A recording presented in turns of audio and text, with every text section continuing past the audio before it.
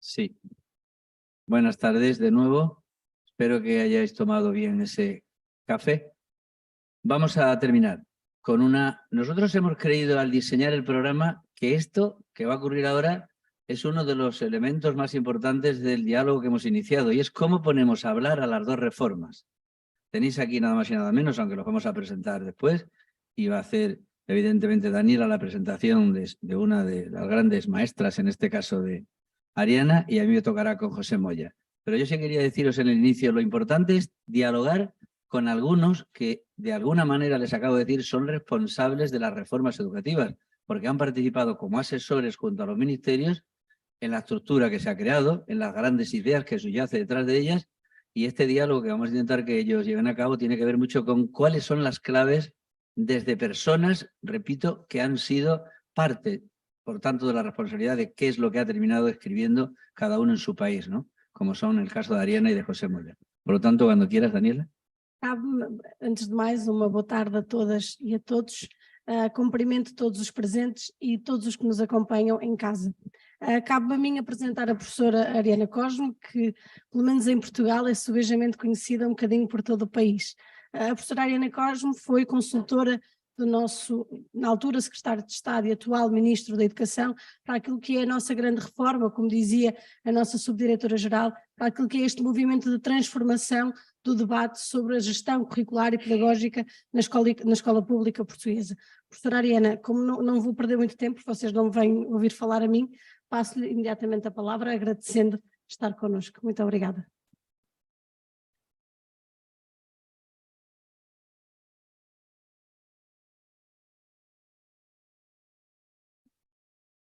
Olá, agora outra vez. Vamos ver se a minha mão ajuda.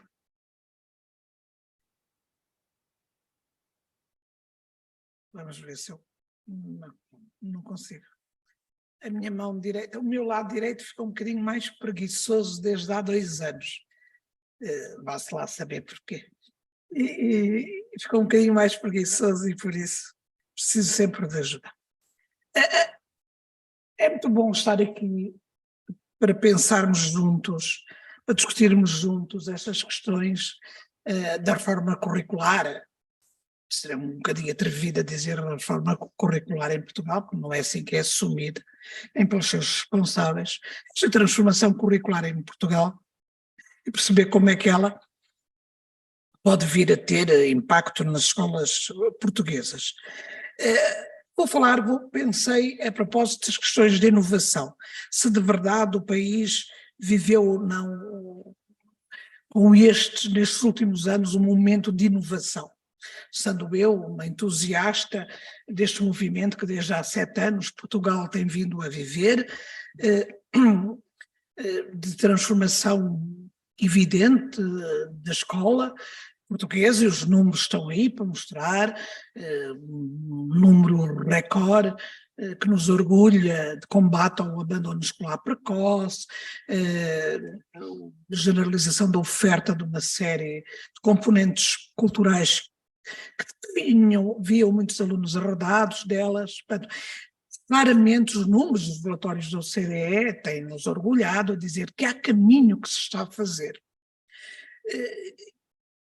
A mim preocupa pensar se esse caminho é um caminho de inovação ou não. Lembro, e vou usar a expressão de José Alberto Correia, para dizer que quando falamos de educação, no discurso pedagógico, de verdade, usamos muitas vezes de forma indiscriminada conceitos como mudança, inovação, evolução ou reforma. Mesmo nós hoje estamos aqui a dividir uma espécie de portunhol, sei lá o quê, uma língua meia comum. Vejam como usamos indistintamente os termos, mas eles significam coisas diferentes. E vai ser essa a minha preocupação. Reconhecendo que uma reforma educativa, como a que Espanha está a viver, como a que Portugal ao longo dos anos foi desenhando, é um processo de mudança. Até que ponto é que nós podemos considerar que o que aconteceu em Portugal, o que está a acontecer em Portugal, o que está a acontecer em Espanha, são processos de inovação? Muitas vezes a forma como essa reforma, como esse movimento, como essa transformação acontece, Portanto, daí vem muitas vezes a caracterização que este distingue, inovação ou reforma. Quando elas vêm, sobretudo, da análise da forma como chegaram à escola, como chegaram à sala de aula, as mudanças nas práticas profissionais do terreno, a forma como se entende o papel que aos atores, que são os professores, da proposta que fazem aos seus alunos, são entendidos, ou são apenas executores, ou são também pensadores que refletem, que escolhem sobre as suas práticas. Uma coisa é um executor, uma coisa é um gestor que toma decisões. Muitas vezes esta distinção entre inovação e evolução está fortemente associada a este problema colocado por como é que ela acontece, quem dá o pontapé de saída para estas ações que a educação caracterizamos como inovadoras. Os discursos evolutivos dizem que, evidentemente, elas têm que evoluir, que os processos de transformação sujeitam o mundo a isso, e a escola, neste caso, a escola portuguesa, vai vivendo dinâmicas de transformação, mas a verdade é que precisamos de pensar se estas mudanças de verdade correspondem a momentos de ruptura, porque os momentos de ruptura é que explicariam que nós os entendêssemos como movimentos de inovação. Vamos ter que analisar, é isso que eu vos proponho, a dimensão da ruptura nos últimos 7 anos a acontecer em Portugal.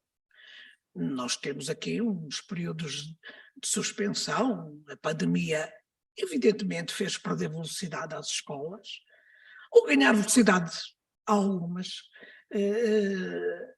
que a pretexto do desafio tão grande que ninguém quereria do ensino à distância, foi obrigada a deitar mão de soluções que vinha ensaiando, mas de alguma maneira vamos pensar como é que estes 7 anos de verdade foram de ruptura e que dinâmicas institucionais internas à escola, portanto endógenas à escola, são de verdade sustentáveis, já que, como ouvimos João Manuel Moreno, na sua brilhante intervenção, dizer, são lentos os processos, eles correspondem mais que ciclos governativos, e por isso têm tendência a andar muitas vezes para lá e para cá, criando o tal desgaste curricular de reforma que tanto cansa os professores.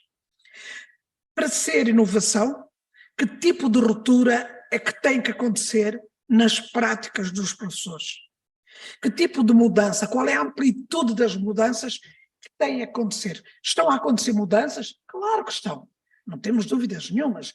Olha-se para a escola portuguesa, está à vista maior diversidade de alunos, maior permanência ao longo do tempo de escolaridade, maior, eu diria, do ponto de vista relacional, maior proximidade, ou melhor e para o pior, mas maior proximidade entre adultos, crianças e jovens, que fazem da escola um lugar seguro, o lugar mais seguro do país, porque é a escola quem se assinala para as comissões de proteção de menores em risco os casos frágeis, de perigo.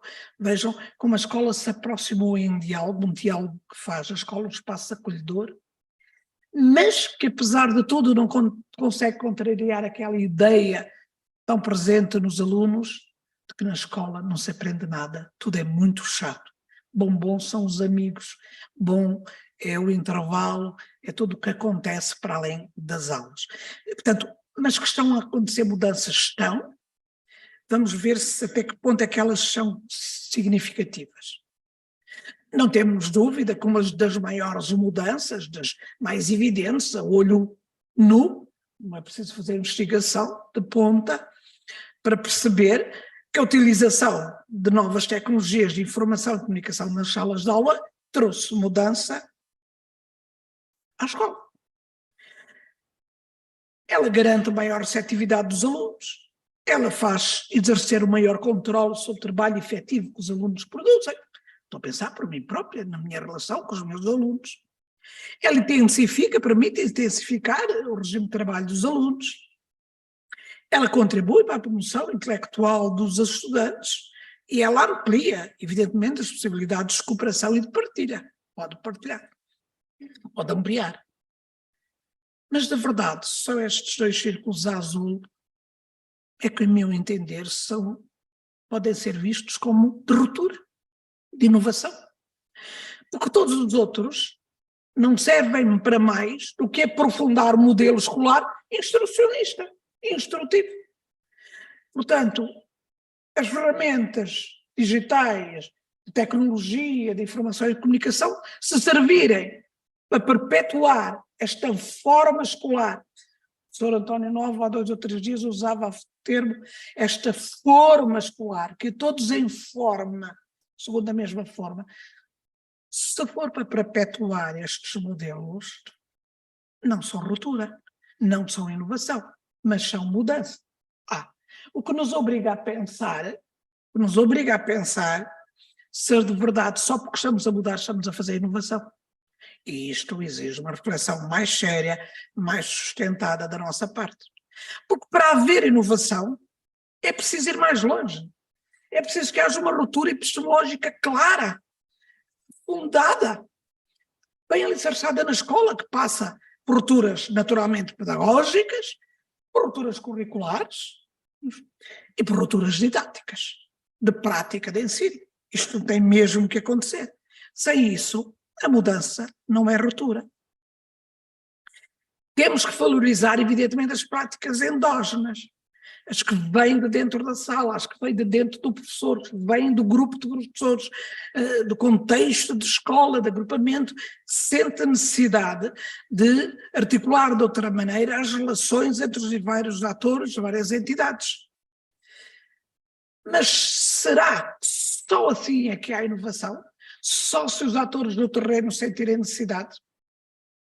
Uma das pessoas que mais me influenciou na vida falará amanhã, a professora Luísa Cortesão. Com muitos menos anos do que tenho hoje, tivemos uma zanga muito grande, eu como aluna, ela como professora, porque eu levantava o nariz atrevidamente e dizia que a inovação tem que vir sempre da periferia. Se não fosse a periferia, se não fosse o contexto, se não fosse dali que emergisse a mudança, não era inovação. E ela, com muito mais paciência do que eu merecia, explicava-me que não. Muitas vezes o centro é promotor dessa mudança e não deixa de ser inovação. Contrariada e aceitando as palavras dela, mas hoje bebo-as completamente. Hoje ou amanhã, essa magistral professora que me marca tanto. E a minha pergunta é, até que ponto o projeto que Portugal implementa de promoção de práticas mais autónomas, mais flexíveis, das opções curriculares em sala de aula, corresponde a uma prática inovadora? Neste momento é isto que me inquieta. Foi mudança? Foi. Eu vivi, eu andei pelas escolas, mas foi mudança ou estão criadas condições para que, independentemente dos ciclos governativos, quer dizer, permaneça o fio condutor? Se neste caso ela veio emanada do centro. Portanto, já percebemos que não é só o terreno, mas é preciso contar com o terreno. Até que ponto as escolas podem apropriar-se de uma proposta que tem nome, João Costa, a sua equipa de trabalho, toda aquela equipa de trabalho que ele constituiu, que leva hoje outras responsabilidades, agora como ministro, como secretário de Estado, iniciadas nessa altura. Emanadas do centro, chegadas à escola, o que é que a escola precisa de fazer para se apropriar deste mudança a ser inovadora? Precisa que as lideranças se apropriem da mudança e acreditem. Que os professores, evidentemente, façam parte, e eu espero que Espanha, como vem há uns anos a seguir a nós, já não repita alguns equívocos que houve, com certeza, no nosso pequeno país, para ter a certeza que os alunos beneficiam destas. Claro que a formação das lideranças, a Direção-Geral montou um dispositivo antes, o que na altura foi muito criticado, que antes de chegar aos professores montou formação, esclarecimento, debate, reflexão nacional, com as lideranças, com as 800 equipas que lideram os agrupamentos do país, o nosso país são 800 e poucas, formação e capacitação de professores, naturalmente, para que os alunos possam ser beneficiários disto, envolvendo toda a comunidade educativa. E olho para o senhor vereador, olho para os vereadores dos territórios, é que não é possível fazer isto sem a comunidade. Para que a comunidade que educa, que acolhe, é da terra. A escola está ali, está emprestada a uma terra, a uma cultura, a uma pertença que é antes de tudo comunitária. E eu pergunto-me até que ponto é que conseguimos construir laços para que professores, comunidade, alunos, lideranças não vejam esta proposta como uma impertinência de alguns inovadores, isto sempre colocado, como dizia o João Manuel, muito colocados ideologicamente aos tempos em que se vive. Como é que enfrentamos, então, as tensões, estas mudanças? É evidente que é preciso valorizar as culturas e as dinâmicas institucionais endógenas, internas às escolas. Portanto, tem que ser as escolas um motor e isso tem que, evidentemente, ser altamente valorizado, com o risco da mudança, enfim, de cair à primeira tensão, à primeira conflitualidade. E vejam, no momento em que o país vive uma conflitualidade da relação entre poder político, poder central e equipas docentes e de outros profissionais, corríamos o risco de não sermos capazes de distinguir o que é tensão e equívoco que tem a ver com alguns atores e o que tem a ver com o serviço educativo das escolas. Portanto, corríamos o risco de estar a confundir tudo e entrar no equívoco praxeológico terrível. Não podemos evitar as tensões que estas inovações, estas mudanças têm, mas temos que valorizar estas dimensões internas. Por isso a importância dos momentos de boa partilha de práticas.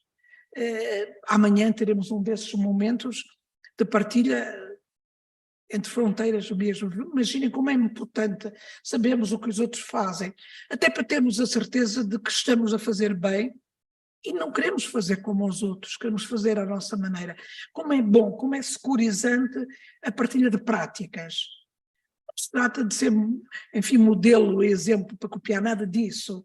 Se estamos a pensar na capacidade reflexiva que temos, portanto, é claramente para ter certeza do caminho, enfim, para onde o vento nos ajuda a empurrar. Em Portugal, o Decreto-Lei 54 e 55 foram documentos de mudança ou de inovação curricular. De mudança está claro que foram, mas só adquirem esta dimensão de inovação curricular quando forem apropriadas pelos docentes, quando de verdade forem sentidas como necessárias pelos docentes. Já sabemos que os atores de mudança da proposta inicial foram centrais, foi o centro quem propôs, mas a produção de mudança, agora inovação, tem que ser apropriada de verdade pelos protagonistas do terreno, que são os professores. São eles que vão conduzir essa mudança. Se isto foi altamente desafiante, há bocado vimos que este esquema tem mais legendas, mas resumindo como estas, o grande referencial para o currículo foi desafiante, foi interpelante para todas as escolas, para todos os professores, o perfil foi interpelante, quando nos desafia a pensar a partir de competências que associam conhecimentos, capacidades e atitudes em torno de algumas dimensões que o perfil traz como muito claro. Nós não deixamos de perceber que tudo não passa de mudança se na ação não se concretizar.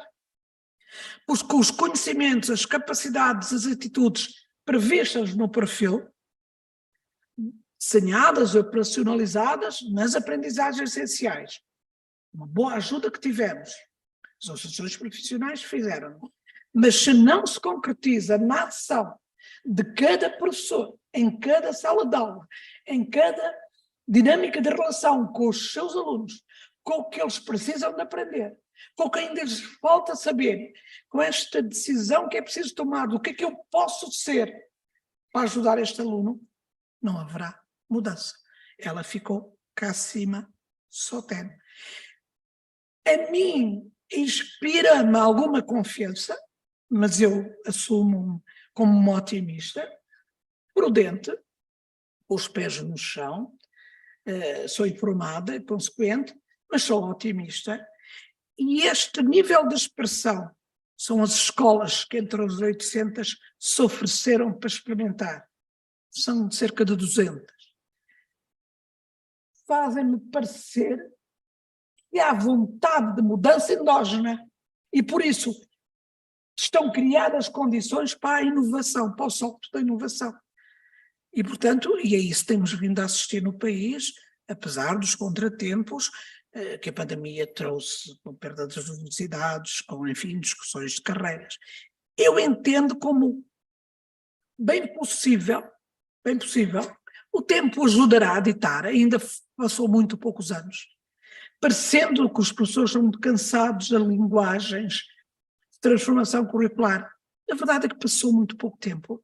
Em História da Educação, 6, 7 anos é pouquíssimo, é ontem mesmo, mas parece-me que estão criadas condições para que as rupturas curriculares, pedagógicas e didáticas propostas pelo centro, de facto, se façam aprofundar em rupturas de verdade epistemológicas.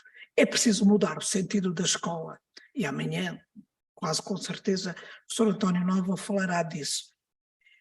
Precisamos de uma grande ruptura, e a grande ruptura não é didática, não é técnica, eu diria, também é, mas é sobretudo ética,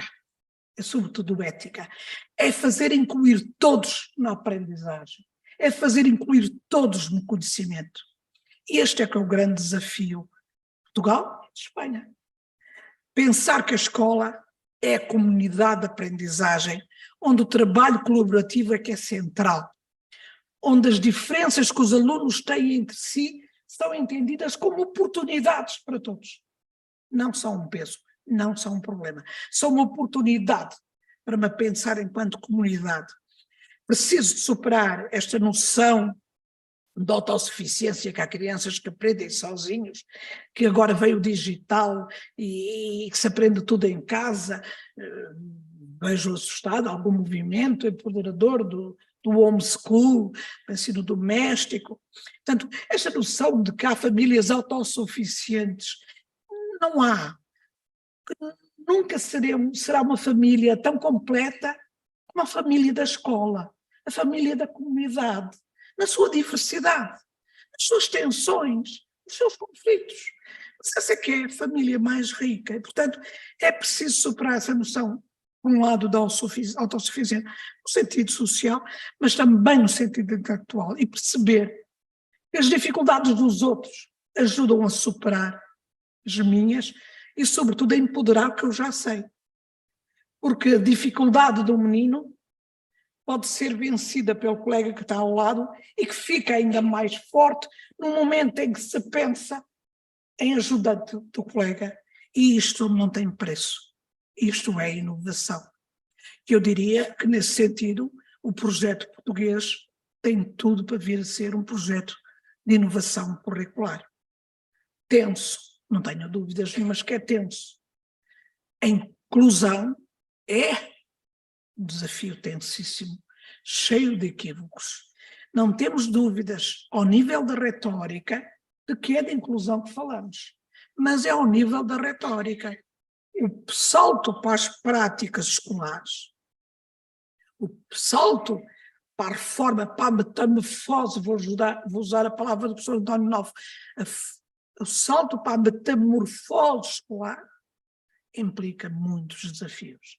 E estes são os desafios que eu e a Daniela Ferreira deixamos sistematizados no documento entregue à Direção-Geral de Educação sobre, de verdade, aquele tempo de experimentação em Portugal.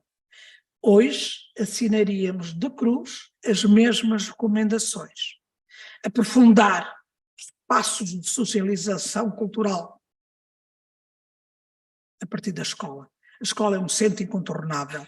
Aprofundar projetos de educação interdisciplinar, práticas de educação inclusiva, apoderarmos daqueles instrumentos, não é desconfiarmos, é apoderarmos, é empoderarmos dele, ampliando estratégias, pensando sobre a avaliação. Por isso é que, enquanto grupo de investigadores, nos propusemos trabalhar como um dos eixos fortes para os próximos anos, perceber o que é isto da avaliação, como é que as mudanças nas práticas de avaliação podem ajudar a dar sustentação à mudança que queremos que seja inovadora.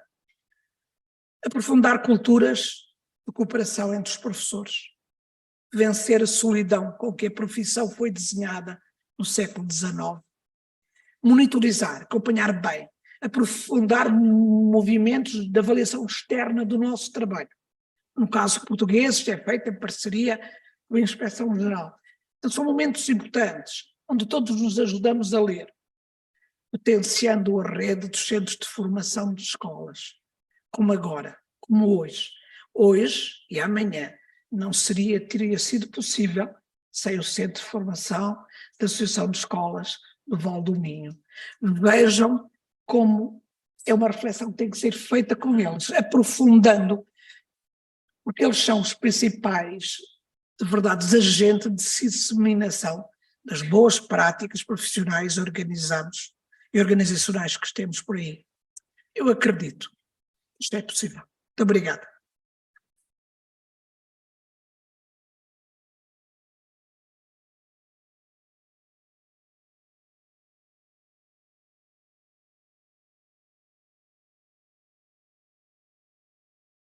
Sí, bueno, un diálogo indirecto ya ha empezado. José Moya, que me toca decir dos cosas de él, gran amigo, ha vivido los últimos 40 años de nuestro sistema educativo, como muchos de los que peinamos canas en las barbas, como veis, pues ha vivido momentos como los de la LOCSE, que estaréis entendiendo los profesores españoles de los años 90. Te tocaba ya en la Consejería de la Comunidad Autónoma de Canarias ser un responsable político del desarrollo de la LOCSE. Ha vivido etapas posteriores porque el Ministerio nos llama en los años 2000 a ayudarle en la LOE, acordados de las competencias europeas. 2006 el COMBAS famoso, que por cierto tanto se movió por Galicia, lo comentaba antes con Manuel Vila, el secretario general. Y después de esa experiencia el Ministerio del Partido Popular, que había dado un salto a la otra ley, también nos mantuvo allí. Estuvimos trabajando y haciendo esfuerzos por mantener las claves de las competencias, y la LONLOE actual también ha hecho que nos vuelvan a llamar, y algunas personas como Antonio Bolívar, que lo veréis mañana aquí, y el propio José Moya han formado parte de ese equipo del debate de la estructura. Está muy interesado, y yo creo que lo va a hacer, en contarnos algunas claves de esa LONLOE, el perfil de salida, del que ya ha venido hablando mucho Ariana, ¿verdad? En esa apuesta que Francia hizo en el 2000 y que Portugal ya hizo, ¿verdad?, después en el año 2010, y que está sin duda entendiendo que da resultados. España se suma a esa historia. Entonces, con Pepe vamos a ver algunas claves de la LONLOE y ese juego de paralelismos con algunos conceptos que nos gustará discutir y debatir con la experiencia de Portugal. Pepe, cuando quieras. Bueno, pues muchas gracias. Buenas noches ya a estas alturas. A ver, hemos sobrepasado el tiempo previsto. Yo quiero agradecer vuestra presencia aquí a estas horas. Quiero agradecer, en fin, el esfuerzo que estáis haciendo, y no quiero forzar más la situación. De verdad que me comprometo a ser lo más breve posible. Sobre todo porque el propósito fundamental de este encuentro es que terminemos trabajando juntos. Es decir, centros españoles y centros portugueses en una línea de investigación. Y por tanto sería un mal comienzo abusar de vuestra paciencia y, en fin, no tendríamos a lo mejor la acogida suficiente para ese proyecto que nos interesa mucho y que creemos que puede ser muy positivo, ¿no? Entonces, comprometo a no abusar de vuestra paciencia. Y sobre todo, voy a cambiar mi intervención en algunos sentidos para ir anunciando algunas de las líneas en las que podríamos colaborar, ¿vale? de las intervenciones que han hecho los representantes de las administraciones públicas, nuestro secretario de Estado y nuestra directora general, habréis percibido que efectivamente la reforma del currículum en España incluye una referencia directa al perfil de salida. Y esta era una fórmula que consideramos que era muy útil, dada la experiencia portuguesa y dada la experiencia francesa, ¿no? De modo que cuando la ministra de Educación nos convocó a 7 personas que consideraban útiles o que consideraba útiles para orientar la reforma del currículum, nosotros convinimos en 3 cosas. La primera, si se va a reformar el currículum, hay que actualizar el perfil de una persona al concluir su enseñanza obligatoria. Porque de aquí a la anterior reforma han pasado más de una década. Y eso es mucho tiempo en términos educativos. Así que así lo hicimos. Nuestro país ya tenía experiencia en el manejo de las competencias clave como definición de aprendizaje, ¿no? Porque la habíamos incorporado en 2006. Sí, antes del perfil de salida en Portugal, España ya tenía unas competencias clave incorporadas al sistema educativo. Y eran las de la Unión Europea, en aquel momento, la propuesta de 2006. Pero la Unión Europea había cambiado su propuesta en 2018, y era el momento en que España también actualizara su propuesta. Desde ese punto de vista, hay una coincidencia en el perfil de salida, pero hay una diferencia entre Portugal y España, y es que España ha elegido como competencias clave del perfil de salida las competencias del aprendizaje a lo largo de la vida de la Unión Europea. Es decir, España se ha sumado al contexto internacional incorporando eso, y por tanto esas son las competencias clave.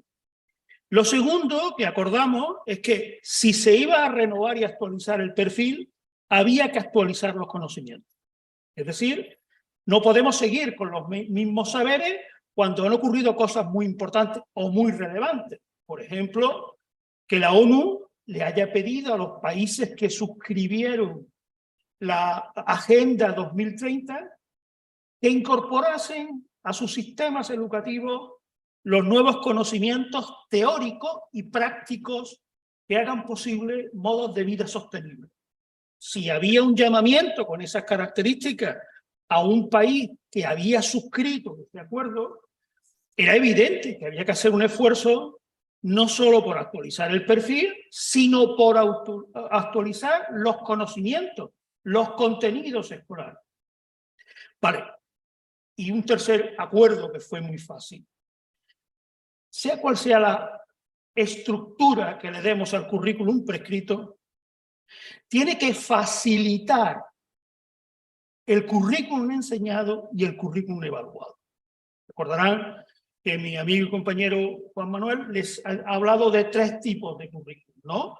El currículum prescrito, el currículum en acción y el currículum evaluado. Bueno, esta es una convención, ¿no? El Instituto Europeo de Evaluación distingue entre currículum prescrito, currículum enseñado y currículum evaluado. Vale. Se supone que el currículum prescrito tiene que tener entre sus cualidades mejorar el currículum enseñado y mejorar el currículum evaluado. Porque si no, como muy bien ha explicado Ariana, el currículum prescrito no se refleja automáticamente en el currículum enseñado.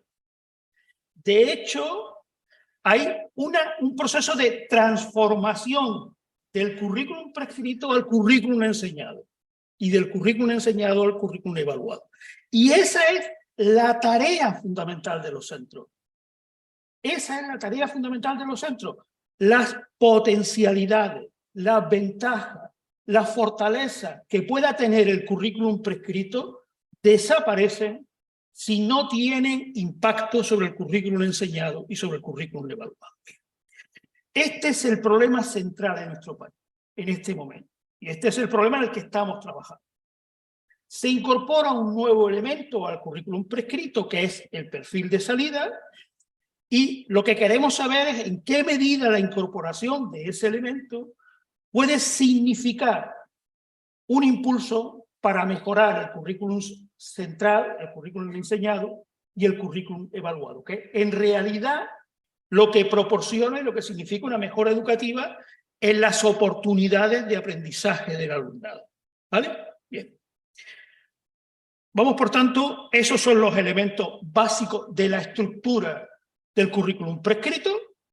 Hay unos objetivos de cada una de las etapas, hay unas competencias clave para el conjunto del perfil de salida, hay unas competencias específicas dentro de cada una de las áreas o materias, hay unos criterios de evaluación, hay unos saberes básicos, un conjunto de áreas y materias, y hay una ejemplificación de situaciones de aprendizaje. Todo eso tiene que contribuir al perfil de salida. Y de hecho el perfil de salida se convierte en el eje vertebrador, como veremos ahora. Pero quiero recordarles algo que es importante. Recuerden que España tiene una característica muy especial y es que es un sistema educativo con varios niveles de decisión. El primer nivel de decisión es la Administración General del Estado. Luego vienen las administraciones autonómicas y luego los centros educativos. ¿Cómo se distribuye estos niveles de decisión? Pues se distribuye en términos de tiempo escolar. Es decir, las administraciones autonómicas tienen entre un 35 y un 40% del tiempo escolar reservado para ellos, si tienen o no lengua propia. Y la Administración General del Estado tiene el grueso del tiempo escolar, ¿no? Que puede llegar hasta un 60%. Esta es la estructura del sistema educativo en España. Hay 3 niveles de decisión y hay el reconocimiento de que forman parte del sistema tanto todas las entidades mediadoras, por ejemplo las editoriales, como los servicios educativos. Es decir, es un sistema organizado en 3 niveles de decisión. Esto es tradicionalmente así desde los años 90, ¿vale? Desde la primera ley orgánica que llamamos Ley Orgánica General de Ordenación del Sistema Educativo. Esos 3 niveles de decisión están representados en el cuadro y lo que hacen las administraciones públicas es definir el currículum prescrito y el modelo de organización y funcionamiento de los centros. Mientras que lo que hace el centro educativo es definir su proyecto educativo y sus programaciones de aula. Y lo que hace cada profesor en su aula es definir sus programaciones didácticas y el modo en que va a gestionar el aula. Es decir, así se escalonan las decisiones. Dentro de esa estructura, que no se ha modificado, es en la que nuestro país en este momento ha producido un currículum enseñado. Es decir, si quisiéramos hacer, me alejo demasiado del micrófono, si quisiéramos hacer una fotografía de cómo es en este momento el currículum enseñado en España, aquí tienen la fotografía. ¿Cómo se enseña actualmente en España? El dato que tenemos, la evidencia más significativa, es el estudio TALIS de 2018, que dice que se pueden clasificar las prácticas docentes en 4 grandes grupos. Primer grupo de prácticas docentes: precisión y adecuación de la enseñanza. Y ahí encontramos cosas como presentar resúmenes, explicar a los alumnos, ¿vale? Segundo grupo: enriquecimiento de la enseñanza. Y ahí encontramos cosas como asignar a los alumnos proyectos o también dejar que los alumnos empleen recursos de tecnología de la información y la comunicación. Tercer grupo de prácticas docentes: activación cognitiva. Es decir, presentar tareas a los alumnos que no tienen respuestas obvias y que ellos las realicen. Plantear tareas que requieren que piensen de manera crítica. Invitar a los alumnos a que decidan por ellos mismos procedimientos a emplear para resolver tareas complejas. Si analizamos los resultados, lo que nos dice TALIS es que en España entre 7 y 9 de cada 10 profesores desarrollan sus prácticas en el primer grupo. Entre 3 y 5 de cada 10 desarrollan sus prácticas en el segundo grupo. Y entre 4 y 6 de cada 10 desarrollan sus prácticas en el último grupo. De manera que el reto que tenemos en España es el siguiente. ¿Hasta qué punto la incorporación del perfil de salida en el currículum prescrito va a contribuir a que los docentes avancen en el grupo 2 y el grupo 3 de prácticas docentes? Este es nuestro reto. Y es sencillo. Y además es relativamente fácil de reconocer. Viendo el currículum enseñado de los centros, nos vamos dando cuenta de en qué medida se está produciendo un cambio curricular significativo, ¿no? Bien. Nuestra impresión es que el perfil de salida, tal y como está definido en España, puede ser una palanca para la innovación. Puede ser un eje para la innovación, entendido en el sentido literal que la ha definido mi compañera Ariana, es decir, un cambio profundo de naturaleza tanto endógena como exógena, que lleva a los profesores a hacer una ampliación del sentido de su profesionalidad. Es decir, para nosotros, lo más relevante del perfil de salida en España es que es una invitación permanente a mejorar la inclusividad en los centros educativos y mejorar la colegialidad del profesorado. Ese es para nosotros el gran valor, por eso es una gran palanca para ese cambio. Mira, la estructura en nuestro país del perfil de salida es ligeramente diferente al de Portugal. Nosotros tenemos, como ha explicado bien nuestra directora general, 2 perfiles al concluir la enseñanza, la etapa primaria y al concluir la etapa secundaria. Cada perfil tiene 34 descriptores. Es decir, tiene un conjunto de desempeños que los alumnos tienen que poder mostrar al concluir su etapa, sea primaria o sea secundaria. La ventaja de esos descriptores operativos no es menor, y es que los descriptores operativos dentro del currículum prescrito ya están asociados a las competencias específicas dentro de cada área y a los criterios de evaluación dentro de cada área. Con lo cual, la decisión que adopta el profesorado es transparente. Es decir, se puede seguir. Si yo considero que las competencias específicas en mi área o en mi materia más relevantes son estas, eso tiene consecuencias sobre el currículum evaluado, es decir, qué tipo de aprendizaje voy a considerar más importante, y también tiene consecuencias sobre el perfil de salida. Yo voy a contribuir a esta parte del perfil de salida. Así que esta configuración de la estructura del perfil de salida, que no es coincidente con el perfil de salida de Portugal, es para nosotros un buen trabajo, un buen comienzo para hacer lo siguiente que vamos a hacer. Y es que hay que configurar un nuevo modelo de planificación en los centros basado en el perfil de salida y en los saberes básicos. Y para nosotros lo esencial es que el perfil de salida tiene consecuencias directas sobre el proyecto educativo de los centros. Yo no sé si el término proyecto educativo coincide en Portugal o en España, pero lo que quiere decir básicamente ahora es que cada centro educativo tendrá que tener una concreción del perfil de salida adaptada a sus alumnos. Dicho de una forma sencilla, todo centro educativo debe poder comunicar a sus alumnos y debe poder comunicar a sus familias qué va a ser capaz de hacer ese alumno cuando concluya su enseñanza obligatoria.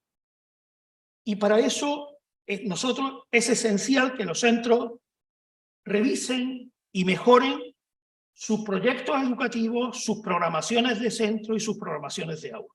Es muy importante que mejoremos esos niveles. Entonces, en lo que estamos trabajando ahora son modelos de ese tipo de documentos.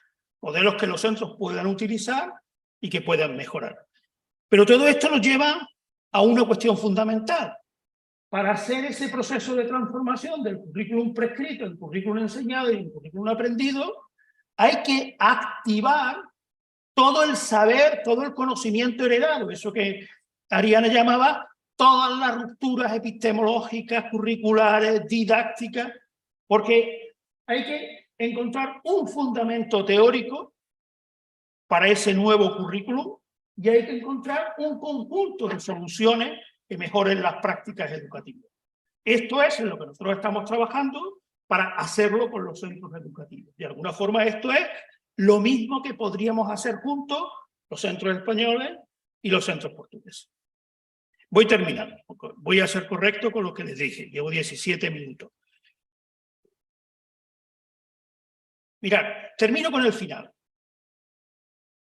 Lo que está ocurriendo y lo que va a ocurrir de hecho es que haber incorporado un nuevo perfil de salida del alumno, tanto en Portugal como en España, tiene consecuencias directas sobre el perfil competencial del profesorado. Entonces, de verdad que el currículum enseñado y evaluado va a depender del modo en que interaccionen los dos perfiles, el perfil del alumno y el perfil del profesorado. Entonces, el verdadero trabajo de investigación va a consistir en lograr que ambos centros, de España y los de Portugal, mejoren su capacidad profesional, es decir, su capacidad para hacer un uso efectivo de la autonomía que tienen concedida. Y eso pasa por mejorar las competencias individuales del profesorado, pero también por mejorar las competencias de los centros como instituciones, mejorar la gestión del conocimiento y mejorar el tipo de cultura escolar. Si no avanzamos en un tipo de cultura escolar cada vez más inclusiva y cada vez más colegiada, será difícil que logremos que el perfil de salida impulse una mejora efectiva del currículum escolar. Termino. Como les prometí, he tratado de ser breve. Nos queda una cuestión central. Todo esto nos ayudaría a configurar el currículum enseñado. Pero el auténtico problema, como ha dicho muy bien Juanma, es que solo cuando de verdad articulemos un currículum evaluado, tendremos la fuerza suficiente para modificar, para mejorar la propuesta del currículum enseñado. Y ahí es donde nosotros hemos hecho un auténtico esfuerzo por definir una aplicación que veremos mañana de currículum evaluado. Cómo hemos definido un instrumento, mañana les invito porque lo van a explicar con detalle, que permite evaluar por niveles de dominio cada uno de los perfiles de salida, siguiendo el modelo que supongo que conocerán muy bien del Marco Común Europeo de Referencia para el Aprendizaje de las Lenguas. Siguiendo ese modelo, es un modelo de éxito, hemos hecho lo mismo para las 8 competencias del perfil clave en España. Y ahora es así. Ahora termino, además de hacer esta indicación para que mañana no se pierda la intervención sobre evaluación, quiero comentarles una cosa. Cuando les hacemos una invitación a participar juntos en un gran proyecto de investigación, lo hacemos por una razón muy sencilla. Estamos convencidos de que los dos sistemas educativos están en este momento dando una nueva forma al derecho a la educación. El derecho a la educación ya no puede ser un derecho al acceso a un puesto escolar. Ahora es mucho más. Es el derecho a disponer de una auténtica igualdad de oportunidades de aprendizaje para todos los alumnos. Es decir, el derecho a la educación es ahora un derecho diferente. Es el derecho a recibir la respuesta educativa que cada uno necesita. A nuestro juicio, la incorporación del perfil de salida en el currículum prescrito puede contribuir a que el currículum enseñado y el currículum evaluado mejoren las oportunidades que los alumnos tienen de aprender y de que se les reconozca lo aprendido. Nada más.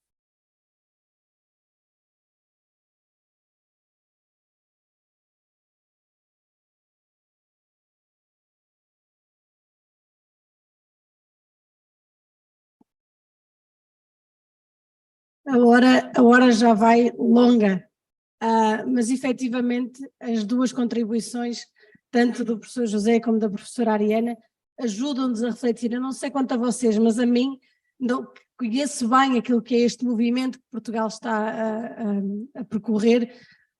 Sinto-me muito inquietada a pensar efetivamente como é que esta experiência de Espanha, como é que este contributo e a forma como o professor José e a professora Ariana conseguem sistematizar estas duas mudanças, estes dois processos de transformação, para mim são muito inquietantes. Esta reflexão continuará e vamos nos cruzar muito nestes corredores, não em Valença, amanhã já do lado de Tui, e agradecemos muito a vossa presença. Passo a palavra ao Florencio exatamente para tentarmos encerrar o día. Sí, nos hemos mirado a los ojos, mi amiga Ariana y yo, y hemos dicho que no son horas para debatir ahora largamente lo que acabáis de escuchar, que es tela. Porque lo que acabáis de escuchar es los motivos para investigar juntos, los motivos para estar 1 año o 2 diciendo qué has hecho, cómo lo has hecho, qué resultados estás teniendo, cómo podríamos hacerlo de otra manera, lo acaba de plantear Pepe. Por lo tanto, siendo estos horarios, pues cabe decir, se ha apuntado lo esencial. Estamos metidos en un hermoso lío, los dos países, tenemos aspectos que son comunes con diferencias claras, como también ha planteado Pepe. Podríamos iniciar un proceso, un noviazgo de 1 año o 2, tampoco tendrá que ser una boda permanente, podéis estar tranquilos, pero podríamos tener una especie de investigación conjunta y no puedo deciros hasta dónde hemos avanzado, os lo contamos mañana, por lo tanto mañana venid porque hay mucho tema. Por ejemplo, podemos decir qué hemos hecho nosotros en este descanso del café en tanto tomabais el café. Y así os contaremos cómo ya no estamos tan solos como hace un tiempo los dos grupos de investigación y podría haber casi una boda colectiva, una boda comunitaria. Bien, pues dicho eso, me tocaría deciros varias cosas. Mañana es un día fuerte porque cuando estábamos tan tranquilos con nuestras fuerzas, vino un decano de Orense y nos dijo que era íntimo amigo que don Antonio Novoa. Nos entró el nervio, el general que debe entrar, y le dijimos, pues atrévete mañana para hablar de capacidad profesional docente y cuál es el perfil del futuro profesor que necesitamos, lo tenemos a él. Empezamos con él por la mañana. Yo creo que es una gran oportunidad hablar, escuchar y discutir nada más que con don Antonio Sampaio Novoa, y lo vamos a hacer. Pues vienen ya experiencias de centros, os gustará escuchar también a los centros. Hay una selección de centros de la zona de Tui y de la zona de acá, Valencia, lo vamos a escuchar 2 y 4, que van a empezar a contar algunas de estas claves. Están ya a cabo. Sí, es así.